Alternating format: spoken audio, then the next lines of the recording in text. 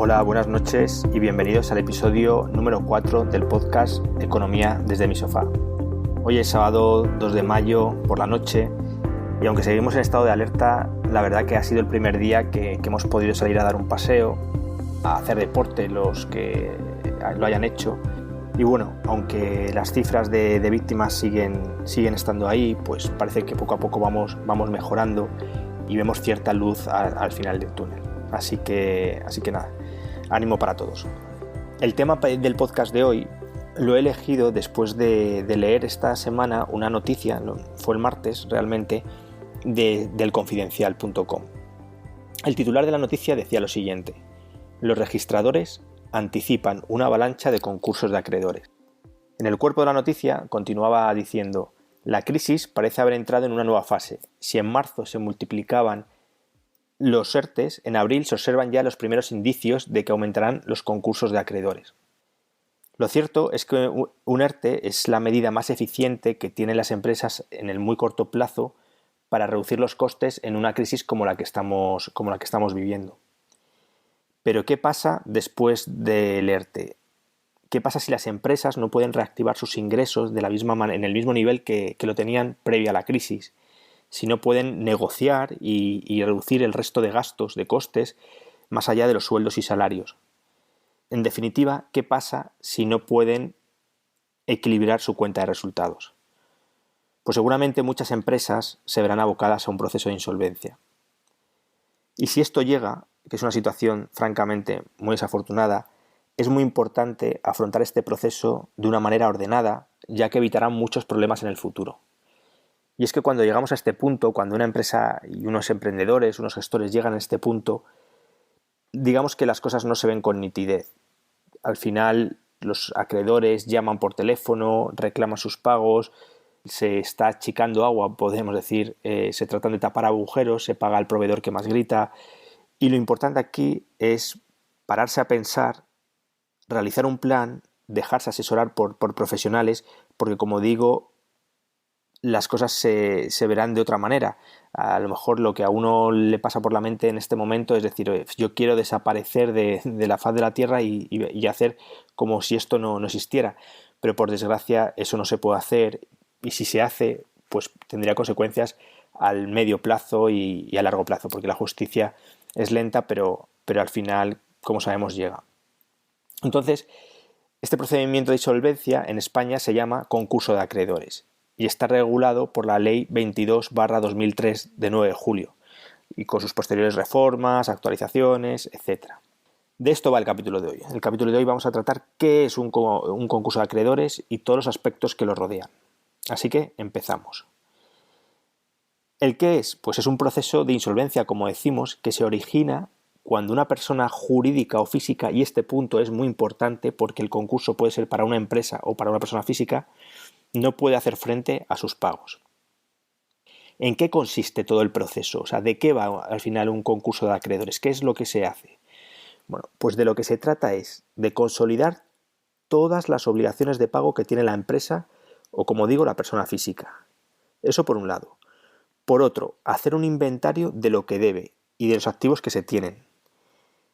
Ver si se puede llegar a un acuerdo con los acreedores, tanto en el plazo de pago como en los importes. Casi siempre esto requiere una quita, es decir, que los acreedores tienen que aceptar una reducción de lo que van a cobrar y un aplazamiento, una espera, una quita y una espera, que es un aplazamiento del importe. Si el acuerdo no es posible, si al final el acuerdo no es posible o si es posible y se incumple, al final la empresa se liquidará. Y esto lo que supone es que se harán efectivos, se venderán los bienes, los activos que tiene la sociedad y se irán pagando a los deudores en función de una clasificación de las deudas. De esto es de lo que va un concurso de acreedores. ¿Quién puede solicitar el concurso? Lo pueden solicitar tanto el deudor, en este caso estaremos ante un concurso voluntario y esta clasificación es importante, o lo puede hacer un tercero, un acreedor. En este caso estaríamos ante un concurso necesario. Bien, ¿y dónde se solicita? Pues los juzgados competentes son los juzgados de lo mercantil de la provincia donde tenga el domicilio la persona jurídica o física, el deudor. Hay que realizar un escrito, o sea, hay que pedirlo por escrito, y en caso de ser el deudor el que lo solicita, tiene que expresar si su estado de insolvencia es actual o inminente, porque esto también es importante. Es decir, si ya ha fracasado, digamos, en pagar a sus acreedores, o está planeando que lo hará dentro de unas semanas o meses por problemas de tesorería. A este escrito hay que acompañar una serie de documentos que justifiquen la situación. Están listados en la norma, pero os podéis imaginar pues, balances, informes, cualquier documento que justifiquen la situación de insolvencia. Antes he comentado que hay diferencia entre concurso voluntario o necesario, dependiendo si era el deudor el que lo solicitaba o era un tercero. ¿Pero en qué se ve esta diferencia? ¿Cuál es la diferencia entre voluntario y necesario? Pues miren, en un concurso voluntario, los administradores de la empresa mantienen la gestión de la misma, siguen tomando sus decisiones. Lo único que están supervisados por el juez que lleva el expediente. Y en el necesario, cuando es un tercero el que lo ha solicitado, la gestión corresponde a la administración concursal. Es decir, los administradores quedan apartados y es un administrador concursal nombrado por el juez el que toma el control. Y esta figura es muy importante y la vamos a comentar ahora. Otro tema importante es cuándo hay que solicitar el concurso, el tema de los plazos. Pues bien, el deudor tiene 2 meses para solicitar el concurso desde que tenga constancia de que no puede continuar con la actividad de la empresa, por no poder hacer frente, como decimos, a los pagos. Si no lo hiciese, podría tener consecuencias posteriores en la calificación del concurso, que luego hablaremos, pero básicamente es si tú sabes que no puedes hacer frente a las deudas, pasa más de 2 meses, continúas, sigues contrayendo otras deudas, pues al final podrías incluso responder con tu propio patrimonio. Es decir, 2 meses desde que se conoce la situación de insolvencia. Antes también hemos comentado otra figura, que es el administrador concursal. ¿Quién es este administrador? Bien, es un abogado o economista, tiene que cumplir una serie de requisitos, suelen estar en la lista de los colegios, tanto de abogados como de economistas, al final está consolidado en el juzgado y es nombrado por el juez de lo mercantil. Al final el administrador concursal toma, digamos, su cargo, tiene una credencial y es el que toma las decisiones en los concursos necesarios, como decimos. Bien, dentro del proceso del concurso de acreedores, una de las partes más importantes es la determinación de las masas del concurso. En realidad son las 2 agrupaciones sobre las que gira el concurso. Por un lado tenemos la masa activa o patrimonio del deudor, que al final debe destinarse a satisfacer a los acreedores, es decir, tenemos que saber qué es lo que tiene la empresa o la persona física como activos. Y por otro lado tenemos la masa pasiva o colectivo de acreedores que debe ser satisfecho. ¿A quién debemos o a quién debe el deudor ese dinero? Las operaciones para fijar las masas, determinando qué patrimonio tiene el deudor, cuánto vale por un lado, quiénes son los acreedores en el punto de la declaración de insolvencia, cuál es el importe de su crédito y qué nivel tienen en la jerarquía para que ordenan su pago, porque como hemos dicho y veremos, hay una jerarquía. Esto al final se plasma dentro del concurso de acreedores en los 2 documentos prácticamente más importantes que realiza la administración concursal, que es el inventario y la lista de acreedores. Estos son los 2 documentos que tiene que realizar la administración concursal. Ya tenemos, digamos, esos documentos, tenemos el inventario de bienes, tenemos la lista de acreedores, pero ¿en qué orden son satisfechos los acreedores? Al final, ¿quién cobra primero? O más bien, ¿quiénes son los que van a cobrar? Porque si no hay activos para todos, pues habrá algunos que se quedarán sin cobrar. Aquí tenemos 2 tipos de créditos. Créditos contra la masa y créditos concursales. Los créditos contra la masa son los devengados, los que se han generado una vez declarado el concurso y tienen prioridad sobre el resto. ¿Y esto por qué es? El objetivo del concurso de acreedores es que la actividad empresarial se sanee y continúe en el tiempo. Entonces, imaginaros que se declara un concurso de acreedores. Nadie querría trabajar, relacionarse, no habría proveedores que quisiesen trabajar con esa empresa o esa persona, con ese deudor. Y al final todas las empresas irían a liquidación. Por eso, estos tienen prioridad sobre el resto. Es decir, tú sabes que esta empresa está en concurso, pero no te preocupes, que dentro de los que tienes que cobrar, yo, juez, te digo que vas a ser de los primeros que van a cobrar en el caso de que se liquide. Por otro lado, créditos concursales están en un nivel más abajo. Y aquí hay una clasificación, porque algo que no he dicho es que en los créditos contra la masa, los anteriores, en caso de que no haya, digamos, activos o dinero para todos, podemos decirlo así, se prorratearía, cobrarían a prorrata. En los créditos concursales, estos que están en un nivel más por abajo, hay también una clasificación, hay también una pirámide. En lo alto están los privilegiados y en lo alto de los privilegiados están los privilegiados especiales, que son, por ejemplo, todos los derechos reales, es decir, para que nos entendamos todos, una hipoteca sobre un bien, pues eso es un crédito concursal con privilegio especial. Va después de los créditos contra la masa. Un nivel por debajo están los privilegiados con privilegio general. Y un ejemplo aquí serían los salarios de los trabajadores, ¿vale? Es decir, la ley también los protege en cierta manera. Tercer nivel dentro de los créditos concursales tendríamos los ordinarios. Y aquí entrarían todos los créditos que no están en otro apartado. Serían, digamos, la mayoría. Y el último nivel, el cuarto, dentro de la cajita de créditos concursales, estarían los subordinados.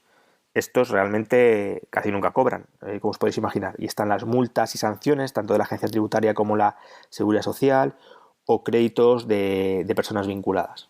Esta es la clasificación de los créditos, es muy importante. Al final, este es uno de los trabajos más importantes, como digo, del administrador concursal y que suele ser motivo de impugnación, por decir, oye, pues no, pues este crédito tiene esta categoría.